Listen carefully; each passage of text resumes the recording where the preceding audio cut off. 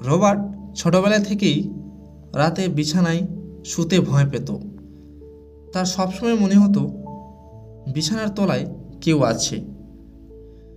বন্ধুর পরামর্শে একদিন এক সাইকোলজিস্ট এর কাছে গেল। ডাক্তারবাবু, আমি রাতে ঘুমাতে পারি না, সবসময় মনে হয় আমার বিছানার তলায় কেউ আছে, আমি পাগল হয়ে যাব। ঘাবড়াবেন না, 1 বছরের মধ্যে আপনাকে আমি ঠিক করে দেব, বললেন সাইকোলজিস্ট। সপ্তাহে 3 বার আমার চেম্বারে আসবেন। আপনার চার্জ কত? 2000 টাকা প্রতি ভিজিটে। ঠিক আছে ডাক্তারবাবু, প্রয়োজন হলে আপনার কাছে ফিরে আসব, রবার্ট বললেন। 6 মাস পরে রাস্তায় রবার্টের সঙ্গে সাইকোলজিস্টের দেখা। ডাক্তার: কি হলো?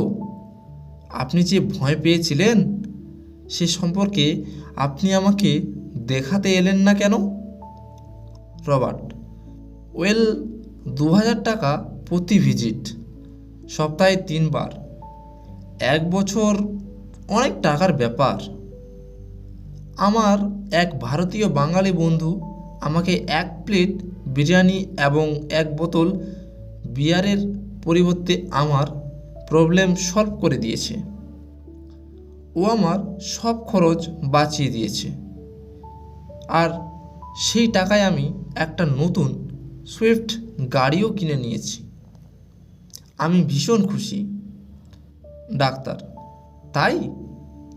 তা আপনার বন্ধু আপনাকে কিভাবে নিরাময় করে তুলল?